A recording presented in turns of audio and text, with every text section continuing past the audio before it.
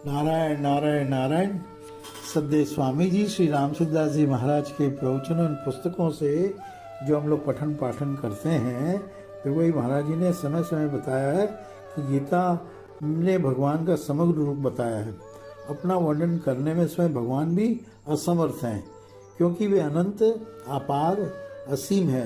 वे लौकिक अलौकिक सब कुछ हैं। भगवान गोपाल छोटे से होने पर भी कितने बड़े हैं, उसका पता नहीं लगा सकते। उनके छोटे से मुख में अनंत ब्रह्मांड हैं। हम भगवान को जैसा सगुण या निर्गुण मानते हैं, वे वैसे सगुण या निर्गुण नहीं हैं। यदि वे ऐसे ही होते तो यह मानना पड़ता कि हमें उनका ज्ञान हो गया है, जो कि सर्वथा असंभव है, इम्पॉसिबल। भगवान को कोई निराकार कहता है, कोई निराकार कहता है, निराकार, और कोई निराकार गंगा रूप कहता है। भगवान सब कुछ है। जब अग्नि, जल आदि भी साकार और निराकार दोनों ही हो सकते हैं, तो क्या भगवान उनमें उनसे भी कमजोर हैं कि साकार नहीं हो सकते? मिश्री मीठी है, पर कैसी मीठी है ये वर्णन नहीं कर सकते। फिर परमात्मा का वर्णन कैसे कर सकते हैं? परमात्मा को जान नहीं सकते, पर मान करके प्राप्त कर सकते हैं।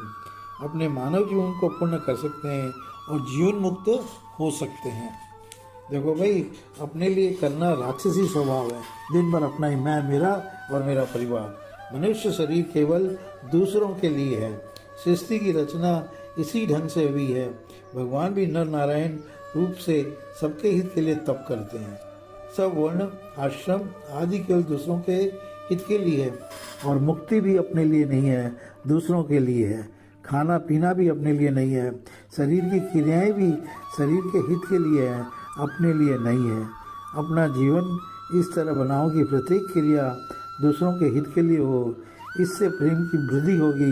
यह भारतीय हमारी तपोभूमि देवभूमि की संस्कृति है। परस्परम भावयंत श्रेय परमावश्यसत। तो हम लोग एक दूसरे को उन्नत करते हुए परम कल्याण को प्राप्त हो जाएंगे। भगवान श्री राम ने अंगद को रावण के पास भेजते समय कहा, क्या कहा? काजू हमार तासु हित होई, रिपुसन करऊं बता कैसे सोई। अपना अपना सुख चाहेंगे तो सभी दुखी हो जाएंगे। छोटी सी छोटी क्रिया में भी दूसरे के हित का भाव हो। सबके हित के लिए कर्म करने वाले का हित हो ही नहीं सकता। सबके हित का भाव होने से स्वतः त्याग हो जाएगा। घर में मैं करूं ये भाव हो जाए तो काम कम और व्यक्ति ज़्यादा हो जाएंगे। और यदि तू कर यह भाव हो जाए तो काम ज़्यादा और व्यक्ति कम हो जाएंगे। फिर नौकर रखना पड़ेगा। अपने लिए कुछ करने की ज़रूरत नहीं है। जो कुछ करें दूसरों के लिए करें। यह मनुष्य लोग दूसरों की सेवा के लिए है। यह मनुष्य लोग मध्य में, जिससे यह स्वर्ग पताल के सब जीवों की सेवा कर सके। अथवा अपना सुख चाहने से सुख नहीं होता, अपना हित चाहने के हित नहीं होता। ये सृष्टि रचना की एक विलक्षणता है। देखो भाई, इसे भारतवर्ष ही जानता है, औरों को इसका पता ही नहीं है। अपने पास जो कुछ है वो अपने लिए नहीं है। इदम ब्रह्मणे न मम। अपने लिए सुख चाहना ये क्या है? राक्षसी वृत्ति है। भुजते त्वगम पापा ये पजंत्यात्मक कारणत। बिना कारण से काटने वाले इंद्र को भी दधीची ने अपनी हड्डियां दे दी। यह भारतीय संस्कृति है। धनी व्यक्ति धर्म का ज़्यादा पालन नहीं कर सकता। गरीब जितना दान कर सकता उतना धनी नहीं कर सकता।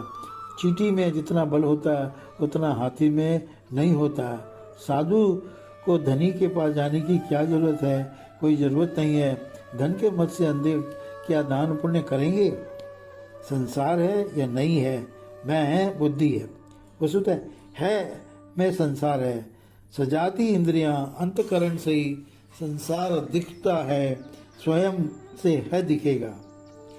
निर्जीव वस्तु का भी निरादर, अपमान, तिरस्कार मत करो। निरादर करने से निर्जीव वस्तु भी नष्ट, खराब हो जाती है। किसी का भी अपमान करोगे तो भगवान कभी भी राजी नहीं होंगे, कभी भी खुश नहीं होंगे, क्योंकि सब भगवान का ही विराट रूप है। निर्दोषता नित्य है। निर्दोषता के बिना दोष दिखता ही नहीं। जिसमें दोष दिखता है वह निर्दोष है। जो हमसे दूर है वही दिखता है। सत ही सत असत दिखता है। नारायण नारायण।